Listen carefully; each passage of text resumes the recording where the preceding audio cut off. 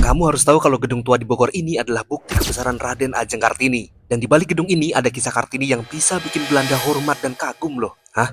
Kok bisa? Gimana emang ceritanya? Simak sampai habis ya, bakal aku tunjukin foto aslinya di video ini. Di hari Kartini 2025, aku nyempetin datang ke Jalan Kartini, Kota Bogor buat ngeliat langsung bangunan cagar budaya ini. Gedung 2 lantai ini dibangun tahun 1914 dan akhirnya dipakai buat gedung sekolah Kartini di tahun 1918. Bisa bayangin nggak? Kalau 100 tahun lalu di tempat ini ada aktivitas pembelajaran buat perempuan pribumi. Nah tapi sekolahnya ini dibikin sama orang Belanda yang kagum sama Kartini. Biasanya kan pejuang Indonesia dianggap memberontak sama Belanda. Nah beda cerita sama Kartini yang justru bisa bikin Belanda kagum sampai bikin sekolah ini. Jadi, Jack Henry Abendanon, selaku Menteri Pendidikan, Agama dan Industri Hindia Belanda itu tahu kalau susah ngembangin pendidikan buat perempuan Jawa. Soalnya kebentur sama adat di mana anak perempuan berusia 12 tahun harus dipingit. Nah, Abendanon akhirnya ngelakuin survei pendidikan pada 8 Agustus 1900 dengan cara ngunjungin para bupati di Jawa. Kunjungan Abendanon ke para bupati ini tercatat di jurnal Indische Letteren, Jaar Hang 5, yang ditulis sama Hanneke Elderhorst van Hofwegen. Nah, waktu kunjungan ke Bupati Jepara, Abendanon sama istrinya Rosa ketemulah sama Kartini.